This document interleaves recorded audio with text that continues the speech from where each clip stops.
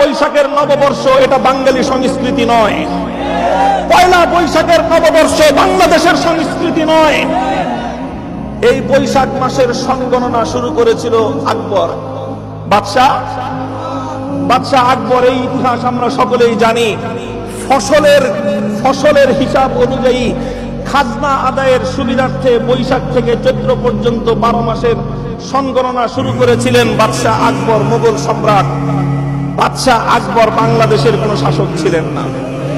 বাদশাহ আকবর শুধু কলকাতারও শাসক ছিলেন না। বাদশাহ আকবর শুধুমাত্র বঙ্গ অঞ্চলের শাসক ছিলেন না। বাদশাহ আকবর দিল্লির শাসক ছিলেন। দিল্লিতে তার মসনদ ছিল। দিল্লিকে কেন্দ্র করে গোটা ভারতবর্ষে তিনি শাসন করতেন। আর গোটা ভারতবর্ষের কৃষক এবং প্রজাদের কাছ থেকে তিনি খাজনা উসুল করবার জন্যই বৈশাখ থেকে চৈত্র মাসের গণনা শুরু করেছিলেন।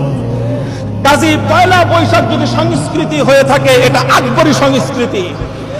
পয়লা বৈশাখ যদি সংস্কৃতি হয়ে থাকে গোটা ভারতবর্ষের সংস্কৃতি। পয়লা বৈশাখ যদি সংস্কৃতি হয়ে থাকে তাহলে এটা দিল্লির সংস্কৃতি। ওই দিল্লির সংস্কৃতি বাংলার সংস্কৃতি নামে চালিয়ে দেওয়ার ধান্দাবাজি সত্যবাদী ওলামায়ে কেরাম বরদাস্ত করতে পারে না। আমরা 1971 সালে যেমনি ভাবে খান পাঠানদের আধিপত্য মানি নাই, আমরা সেই ব্রিটিশ ভারতবর্ষে কলকাতার দাদা বাবুদের বঙ্গভঙ্গ রদের নামে বাংলার মুসলমানদের উপর খবরদারির সেই বাবুগিরিও আমরা দাদাগিরিও মানি নাই।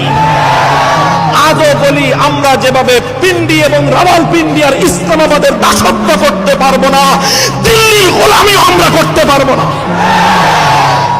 দেশীয় সংস্কৃতির নামে বিদেশি সংস্কৃতি আমাদের উপর চাপিয়ে দিবেন। আর আমরা সত্য কথা বললে আমাদের কণ্ঠরোধ করবার চেষ্টা করবেন। মনে রাখবেন, আমাদের কণ্ঠরোধ করার চেষ্টা করে লাভ নাই। ওলামায়ে উম্মত আল্লাহর পয়গম্বরের পক্ষ থেকে মিরাসাতে নববীর দায়িত্বপ্রাপ্ত হয়ে এই কথাগুলো বলে। কি হয়েছে? আমাদের কণ্ঠরোধ করার চেষ্টা করেছেন। আমাদেরকে বলেছেন আমরা যেন পয়লা বৈশাখের বিরুদ্ধে কথা না বলি। আলহামদুলিল্লাহ, দেশের 3.5 লক্ষ মসজিদের মিম্বার থেকে পয়লা বৈশাখের শিরকি সংস্কৃতির বিরুদ্ধে আওয়াজ উচ্চারিত হয়েছে কি হয় নাই? আল্লামা জুনায়েদ বাবুনগরী পয়লা বৈশাখের হিন্দুয়ানি সংস্কৃতির বিরুদ্ধে কথা বলেছেন কি বলেন নাই? জাতির রাহবার উম্মতের অবিসংবাদিত মহান আধ্যাত্মিক নেতা আল্লামা আহমদ শফি পয়লা বৈশাখ নামক শিরকের বিরুদ্ধে কথা বলেছেন কি বলেন নাই? কাজেই তালিকা কয়জনের করবেন? তালিকা কয়জনের করবেন? তালিকা 15 জনের করে লাভ নাই। 16 কোটি মানুষের তালিকা করেন। যদি মুরাদ থাকে 16 কোটি মানুষের ঈমানি চেতনাকে দাবিয়ে রাখার চেষ্টা করে, ইনশাআল্লাহ সম্ভব হবে না। মারকাজুল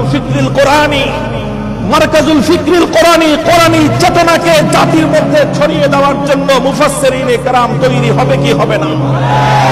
আমাদের পূর্বে শাইখুল হাদিস বলতেন, মুফতি আমিনী রহমাতুল্লাহি আলাইহি বলতেন, সৈয়দ ফজলুল করিম পীর সাহেব চরমনাই বলতেন, তারা চলে গেছেন কিন্তু তাদের কণ্ঠ স্তব্ধ হয়ে যায়নি।